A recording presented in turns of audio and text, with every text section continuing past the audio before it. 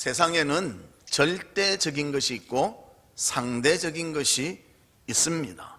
절대적인 것은 그 자체만 하더라도 대단한 가치가 있는 것입니다. 하지만 상대적인 것은 무엇과 비교해서 더 좋을 때 좋다고 말을 할 수가 있습니다. 우리 여자들이 좋아하는 금반지도 차이가 있습니다. 어떤 것은 24K 순금이고 어떤 것은 18K 또 그보다 밑에는 16K 그렇게 비율에 따라서 다릅니다. 그래서 비교해봐서 더 좋은 것을 낀 사람은 내가 좋구나 하면서 상대적으로 좋은 것을 판단할 수가 있습니다. 이처럼 세상에는 대부분의 것들이 상대적으로 비교할 수 있다는 것입니다. 같은 음식을 먹어도 어떤 사람은 짜다, 어떤 사람은 맵다, 어떤 사람은 싱겁다 그렇게 말합니다. 같이 먹지만 그렇게 표현한다는 것입니다. 또 사람들 기계 같은 것은요 구식보다는 신식을 좋아하잖아요. 그래서 최신형이 나왔다 하면 그런 것을 좋아하는 사람은 새벽부터 줄을 쫙 서서 그것을 얻으려고 노력한다는 것입니다. 옛날에 기차가 나왔을 때도 그랬습니다. 처음 기차가 나왔을 때 제일 낮은 기차가 비둘기호였습니다. 이 비둘기호는 뭔가 하면요 역마다 다 쉬는 거예요. 그러니까 저 밑에서부터 위에까지 올라오면 12시간도 걸립니다. 그래도 그것이 좋다고 타고 다녔습니다. 그러다가 이제 좋은 열차들이 계속 나오고 나중에는 새마을호인가? 그것이 나오니까 새마을호를 한번 타면 내릴 때 목이 딱 꼿꼿해져 가지고 내가 새마을 타고 내렸다 그랬던 시절이 있습니다. 그런데 지금은 새마을호도 저로 밀려 들어갔어요. KTX라고 그 빨리 가는 기차가 나와서 서울 부산도 한 2시간 몇 분이면 갈 수 있는 그런 시대가 되었습니다. 즉 세상은 가치가 변한다는 것입니다. 전에는 비둘기호가 좋았는데 지금은 KTX가 좋은 것 같지. 자꾸만 상대적인 평가에 의해서 그 상대적인 잣대로 변화된다는 것입니다. 하지만 변하지 않는 것이 있습니다. 그 가치가 영원한 것이 있다는 것입니다. 그것은 바로 절대적인 존재 가치가 있는데 그분이 바로 하나님이십니다.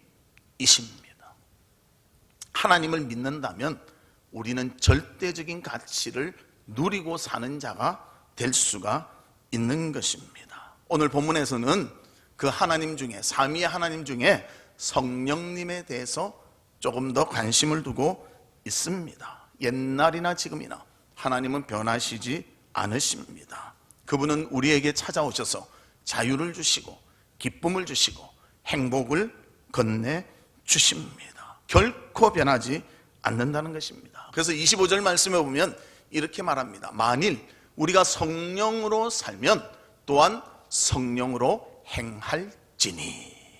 성령을 의지해서 산다면 성령께서 하시고 성령께서 인도하시는 길로 우리는 행동하며 살아갈 수 있다는 것을 말씀해주고 있습니다. 성령의 이끌림을 받으면 절대적 가치를 가진 자의 삶을 살게 되는 것입니다. 즉 하나님의 뜻대로 살고 너무나 귀중한 삶을 우리는 살게 된다는 것을 말해주고 있습니다. 그래서 바울은 상대적인 가치를 평가하는 이 세상을 향해서 성령의 뜻대로 산다면 절대적으로 좋은 것을 누리며 사는 자가 된다.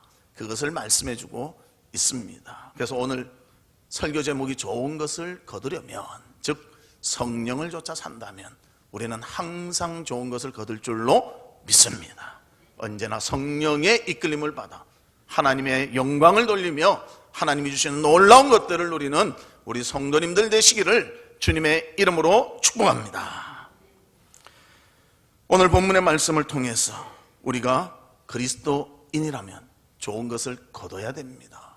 성령을 통해서 좋은 것을 거두는 우리 모두가 되어서 성령으로 행하는 것이 무엇인가 먼저 살펴보시고요. 그 다음에는 하나님의 절대적인 법칙인데 그 법칙을 우리가 생각하며 따르며 살 수 있는 모두가 되기를 바랍니다.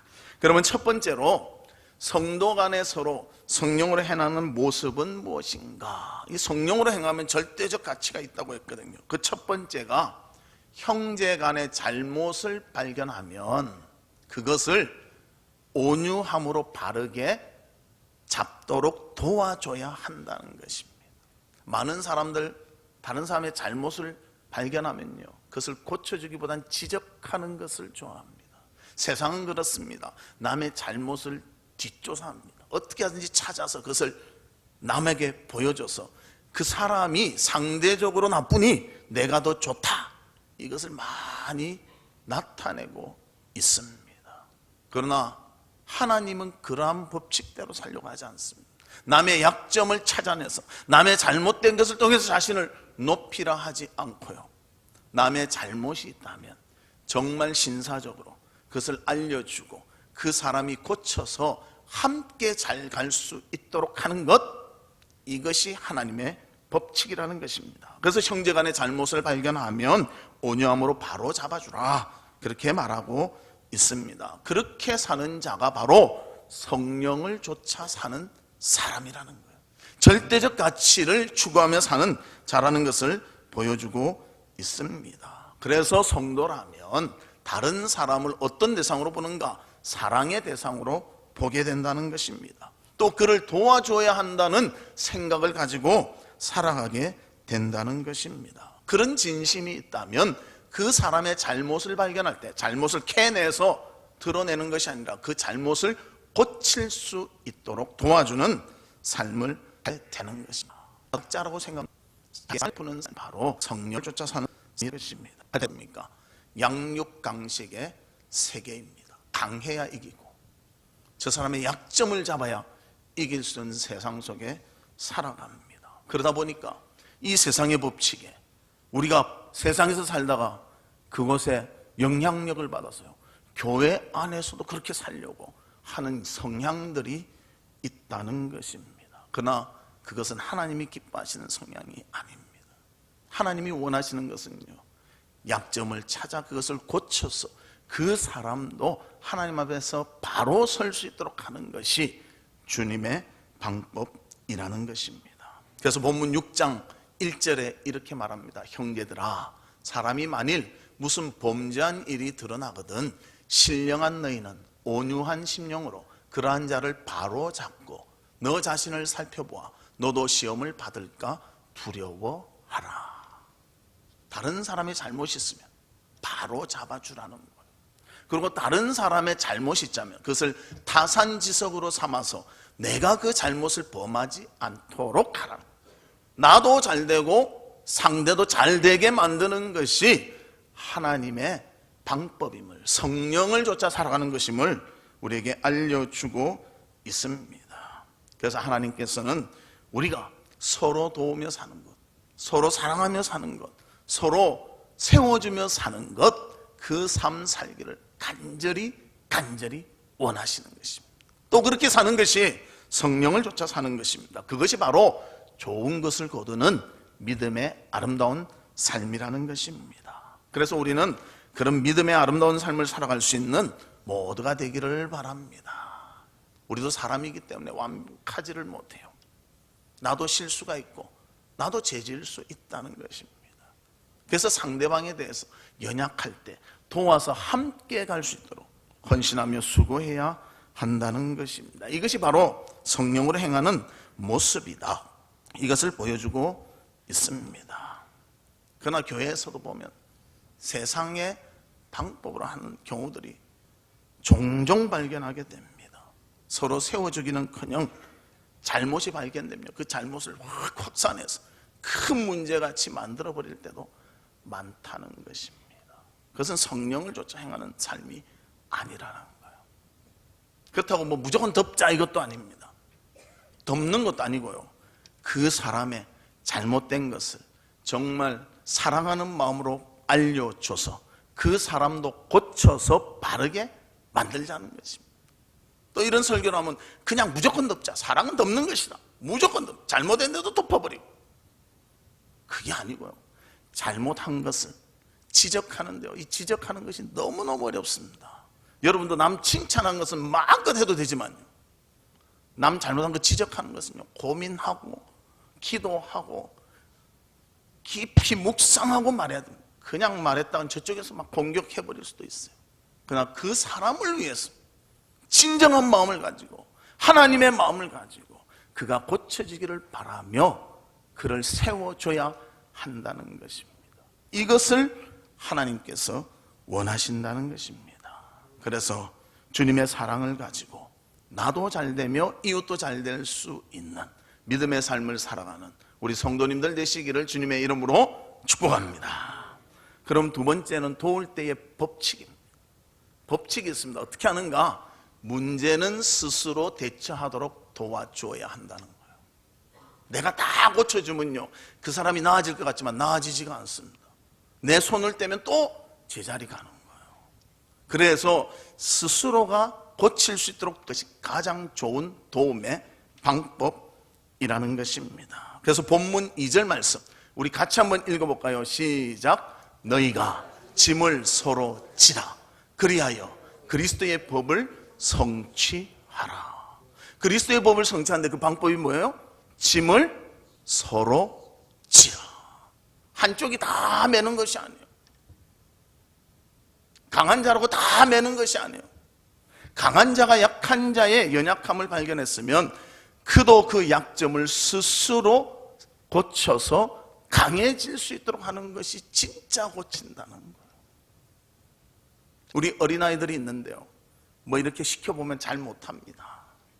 그러면 엄마가 계속 해준 아이는요, 나중에도 커서 잘 못해요. 그러나 못하지만 인내심을 가지고 시켜보고 또 시켜보고, 아 조금 나아졌다, 잘한다 이러면서 격려하면서 하면요, 나중에 잘하게 되는 것입니다. 저도 우리 애들 어릴 때 이 칫솔질을 가르치는데요, 제가 무엇을 하는가 하면 얘야 다 닦고 뱉는 거야 하면 예 아빠 알았어요 그러고 싹 하고 상추. 그게 아니라 뱉는 것이다. 예 알았어요 아빠. 그러고 또 먹는 거야. 이게 일이 안 되나? 근데 매일매일 이 닦을 때마다 잔소리를 했습니다. 어느 순간 탁 뱉는 거예요. 야, 그때 생각이 천재가 났구나. 근데 천재는 다 집집마다 있더라고. 그렇게 생각하잖아요. 스스로 세울 수 있도록 하는 것, 이것이 도울 때의 법칙이라는 것입니다. 그래서 서로 짐을 지라, 남의 짐을 져주라 하지 않고 서로 짐을 지라 그렇게 말하고 있습니다. 그래서 마태복음 22장 39절에도 보면 그리스도의 복이 무엇인가? 내 이웃을 내 자신같이 사랑하라.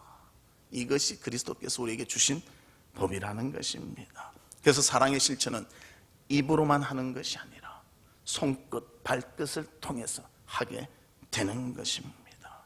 그래서 이 이웃을 위해서 도울 수 있을 만큼, 이웃이 스스로 설 수 있을 때까지 도와주는 것, 이것이 서로를 도울 수 있는 아름다운 방법임을 우리에게 알려주고 있습니다. 약한 자라 하더라도 자신의 짐을 스스로 질 수 있도록 도와주는 것, 이것이 그리스도의 법을 성취하는 방법인 것입니다. 그러므로 죄 지은 형제가 있다면 그를 세워준 후에요, 스스로 짐을 질 수 있도록 격려하며 도와줘야 한다는 것입니다. 많은 사람들이 남을 도울 때 어떻게 하는가 하면 한 번 돕고 맙니다. 자꾸 도우려면 힘들잖아요. 그러니까 한 번 돕고 마는 거예요. 안 그러면 해봐라 하는데 계속 시간이 많이 가니까 내가 얼른 해주고 마는 거예요. 그럼 그 손을 떼면 또 원위치가 되고 만다는 것입니다. 그래서 그들이 바로 모든 것을 할 수 있도록 도와주는 것이 필요하다는 것입니다. 죄에 대해서도 마찬가지입니다. 내 형제가 죄에 자꾸만 빠져들 때는요, 스스로 그 죄를 이길 수 있도록 그에게 격려하며 알려주며 세워줘야 한다는 것입니다. 그래서 마태복음 18장 15절에서 17절에 보면 이렇게 말합니다. 내 형제가 죄를 범하거든 가서 너와 그 사람과만 상대하여 공고하라. 만일 들으면 내가 내 형제를 얻은 것이요, 만일 듣지 않거든 한두 사람을 데리고 가서 두세 증인의 입으로 말마다 확증하게 하라. 만일 그들의 말도 듣지 않거든 교회의 말하고 교회의 말 듣지 않거든 이방인과 세리와 같이 여기라. 그렇게 말. 처음에는 어떻게 하라고요? 몇 명 가라고요? 혼자 가라는 거예요. 자존심 상할 수도 있잖아요. 내 개인의 아픔 가서 잘 권합니다. 형제여, 이런 일분을 꼭 고치셔야 될 것 같습니다. 그래야 유익함이 있겠습니다. 그리고 그 형제가 받아들이면요, 그것이 참 좋다는 거예요. 근데 한 번 가서 말하면요, 잘 못 알아먹는다는. 그 다음은 내 혼자 가는 것이 아니라 몇 사람이 가요? 두세 사람이 가는 거예요. 그래서 두세 사람이 형제요, 지금 행한 일은 우리 여러 사람이 판단하기에도 부족함이 있으니까 이것을 잘 고쳐보십시다. 그리고 권한다는 거예요. 그래도 듣지 않는다. 그럼 교회 전체에서 이렇게 해 주십시오 말한다고. 그래도 듣지 않으면 이방인같이 여기라. 여기서는 핵심이 말 여러 번 했는데 안 들으면 이방인같이 내버려 두라, 이것이 아니라 이방인같이 여길 때 정말 듣지 않을 그때까지도 계속적으로 그 형제가 스스로 일어날 수 있도록, 법칙이 그거 아니에요. 스스로 일어날 수 있도록 계속적으로 도와서 바로 세워줘라, 이 의미가 있다는 것입니다. 그래서 형제가 스스로 깨달을 수 있도록 도와주는 것, 이것이 우리에게 주어진 하나님의 뜻이라는 것입니다. 이 일을 위해서 우리가 잘 감당하는 성도님들 되시기를 주님의 이름으로 축복합니다. 우리가 잘 아는 진화론자 다윈이 이런 말을 했습니다. 남양군도에서 사는 식인종의 생활 행태를 보고는 돌아와서 이렇게 말했다고 합니다. 그 식인종들은 문명화시키는 데 있어서 그 악습을 뿌리 뽑으려면 적어도 수천 년은 걸리겠다, 그렇게 말해요. 자기의 판단으로 이거는 절대 악이 뽑히지 않고 수천 년은 걸려야 뽑힌다, 그렇게 말했습니다. 그리고 그 발표를 한 후에 몇백 년이 지났는데 선교사들이 복음을 전하기 위해서 그 남양군도에 가게 되었습니다. 그리고 하나님의 복음을 전했습니다. 성령께서 그들에게 움직이셨습니다. 그러니까 그들이 회개하고 새 사람이 되었다는 것입니다. 과학이나 세상의 방법은 한계를 느끼게 할 뿐입니다. 그러나 하나님의 성령께서 하시면 그들을 고칠 수가 있는 것입니다. 우리가 하나님의 성령을 의지하며 모든 일들을 잘 감당해 나가는 우리 모두가 되시기를 바랍니다. 이웃을 돕되 스스로 일어설 수 있도록 돕는 것, 그것이 하나님의 방법인 것입니다. 그러면 세 번째로는 공동체의 교제는 서로 나누어야 한다는 거예요. 이 나누는 것이 필요합니다. 나도 받지만 나도 줘야 한다는 거예요. 보통 사람들은 사랑은 나보다 강한 사람이 나한테 줘야지, 나보다 많은 사람이 나한테 줘야지, 그렇게 생각한다는 것입니다. 무언가 도움은 좀 더 풍성한 사람이 줘야 되는 것이 아닌가. 하지만 성경은 나의 스승이라 하더라도 나와 함께 나누어야 한다, 이것을 말씀해 주고 있습니다. 그래서 자신보다 더 있는 사람에게도 사랑을 베풀어야 되고요, 나보다 덜 있는 사람에게도 사랑을 베풀라, 이것이 하나님의 공동체에 대한 교제의 방법이라고 말씀해 주고 있습니다. 그래서 누구나 함께 나눠야 합니다. 그래서 사랑도 나누고 섬김도 나누고 따뜻한 말 한마디도 서로 나누어야 됩니다. 많은 사람들이요, 교회에서 소외되는 부분이 있습니다. 누군가 하면요, 목사님과 장로님들이 그래도 많아요. 생각합니다. 아니 뭐 거의 완전한데 뭐 이러고 딱 넘어가요. 장로님들이 뭐 그러시겠나 하고 넘어간다. 그러나 목사님도 그렇고 장로님도 그렇고 사랑을 받아야 되고요, 섬김을 받아야 되고 서로 나눔이 있어야 한다는 것입니다. 그래서 우리가 온유한 심정으로 사랑하는 말과 사랑의 표시를 서로 하기를 바랍니다. 우리는 가족이기 때문입니다. 가족들도 보면요, 항상 뒷선에 있는 사람이 누굽니까? 아버지들이잖아요. 애들 오면 엄마가 야 이리 와라, 맛있는 거 줄게, 아빠는 나중에 드시오. 그럴 때 있잖아요. 뭐 먹을까? 애들이 좋아하는 거 먹읍시다. 당신은 언제나 맛있는 거 먹고 오지 않소? 아버지 오늘 내 점심에 라면 먹고 왔는데 말 못하고 그나마 주니까 감사해서 먹고. 예. 그러지 않아요. 물어보지도 않아요. 점심 뭐 먹었는가? 물어봅니까? 남편 집에 오시면 오늘 점심은 뭐 드셨어? 물어봅니까? 알아서 잘 먹었겠지. 그러고 말죠. 그러다 보니까 가장이 저 뒤에 밀려가 있고요. 교회에서 목사님과 장로님들 저 뒤에 밀려가 있어요. 당연히 못한 거는 막 어떻게 그렇게 하시나 이러고요. 잘한 것은 그냥 슬쩍 넘어가고 당연히 그래야지. 그러다 보니까 사랑의 범위에서 벗어나고요. 섬김의 범위에서 벗어날 수가 있다는 것입니다. 그래서 모두에게 사랑을 베푸는 우리 성도님들 되시기를 주님의 이름으로 축복합니다. 우리는 가족입니다. 가족은 아버지도 챙겨야 되고 어머니도 챙겨야 되고 형제도 챙길 때 가족인 거예요. 근데 당연히 하겠지. 그러지만요, 사실 그늘진 곳에 있는 분들이 있다는 것입니다.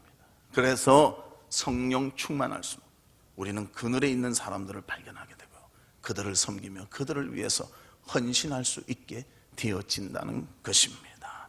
에베소서 2장 19절에도 보면 그러므로 이제부터 너희들 외인도 아니요 나그네도 아니요 오직 성도들과 동일한 시민이요 하나님의 권속이라. 이 권속이란 말은 가족이라는 뜻입니다. 우리는 가족이다. 서로 사랑하고 서로 하나 되고 서로 섬기고 서로를 살펴야 된다. 이것을 말씀해주고 있습니다. 그래서 우리 교회에서 나이 많은 할아버지 할머니들도 우리가 잘 섬겨야 돼요.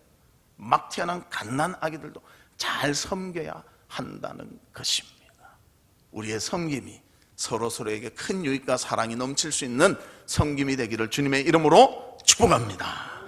그러면 크게 두 번째로 하나님의 절대 법칙입니다. 만유인력의 법칙을 아십니까? 어떤 것이든지 지구상으로 탁 떨어지는 거예요. 떨치면 이걸 탁 이래 떨어지지 않습니다. 났는데 위로 올라가지 않습니다. 만유인력 법칙 때문에 이래 떨어진다는 거예요.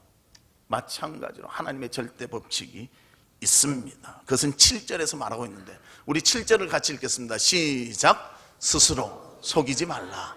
하나님은 업신여김을 받지 아니하시나니 사람이 무엇으로 심든지 그대로 거두리라.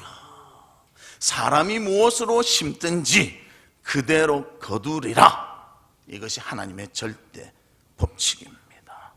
그래서 삶에서도 도덕적 영적 법칙이 바로 이것입니다. 변하지 않고 언제나 이것은 이루어지며 언제나 효력이 있고 피하려고 해도 피할 수 없는, 결코 무시될 수 없는 법칙이라는 것입니다. 그래서 바울도 그렇게 말합니다. 스스로 속이지 마라. 하나님의 절대 법칙이 있는데 그거 아닌 것 같이 속이려고 하지 말라. 그렇게 말합니다. 그 법칙은 어길 수 없고 꼭 그것을 지켜야 한다. 지키지 않는다면 하나님을 업신여기는 일이 될 수밖에 없다. 여기서 업신여긴다는 말은 그 앞에서 코웃음 친다, 그런 뜻입니다. 하나님 앞에서 어떻게 코웃음을 우리가 치겠습니까? 예를 들어서 사업을 하는데도 하나님 안에서 최선을 다하고요, 본인도 최선을 다해서 성실히 일해야 되는데도 왜 이래 되지가 않냐 또 해야 한다. 하나님 성령님이 없어야 흘림이 있다면 하나님께서는 기뻐하시지 않는다. 그래서 하나님께도 최선을 다하고 사업에도 흔들림이 없을 때 하나님 그때 축복해 주시는 것입니다. 그래서 저도 사업을 하거나 확장 예배를 드릴 때 항상 가서 하는 말이 있습니다. 사업의 주도자가 하나님이 되시고 결코 이 사업 때문에 신앙에 소홀해지셔서는 안 됩니다. 이 말씀을 꼭 드리는 것입니다. 이것은 하나님의 법칙이기 때문에 제가 말씀드리는 것입니다. 콩 심은 데 콩이 나고 팥 심은 데 팥이 나기 때문입니다. 우리의 신앙도 마찬가지입니다. 영적인 것을 심으며 영적인 것을 거둬야 되는데요, 영적인 것은 심지 않고 육적인 것을 심으면서 영적인 것이 거둬지기를 원하면요, 영적인 것은 거둬지지 않는다는 것입니다. 무엇으로 열매 맺기를 원하십니까? 성령이십니까? 세상의 것들입니까? 성령으로 열매 맺기 원한다면 성령의 방법으로 심으시기를 바랍니다. 그러면 하나님께서는 그것이 맺혀지도록 인도해 주실 것입니다. 18세기 영국의 유명한 문호 바이런은 자신의 일생을 평생도록 자신의 육신을 위해서 심었습니다. 그러고는 그 자신이 거두게 될 열매가 무엇인지 알게 되고서는 이런 글을 남겼다고 합니다. 나의 인생은 이제 노랗게 바랜 나무잎과 같이 사랑의 꽃과 열매는 모두 사라져 버렸고 벌레와 종기와 슬픔만 내게 남았네. 그렇게 표현했다.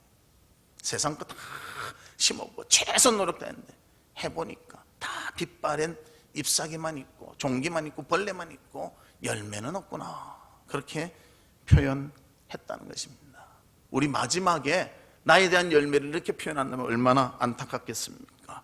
그래서 우리는 날마다 성령을 심는 성도들이 되시기를 주의 이름으로 축복합니다. 예수 그리스도를 바라보고 말씀을 의지하고 기도에 힘쓰며 하나님의 절대 법칙이 이루어지도록 하나님과의 관계를 잘 유지하여 성령의 열매를 맺는, 성령을 심어 성령을 열매 맺는 우리 모두가 되기를 주님의 이름으로 축복합니다. 그래서 하나님께서는 성령을 심을 때 좋은 것을 주시겠다. 오늘 9절의 말씀에 말씀하고 있습니다. 우리 9절 같이 한번 읽어볼까요? 시작. 우리가 선을 행하되 낙심하지 말지니 포기하지 아니하면 때가 이름에 거두리라. 성령으로 심으십시오. 낙심하지 마십시오. 끝까지 선을 이루십시오.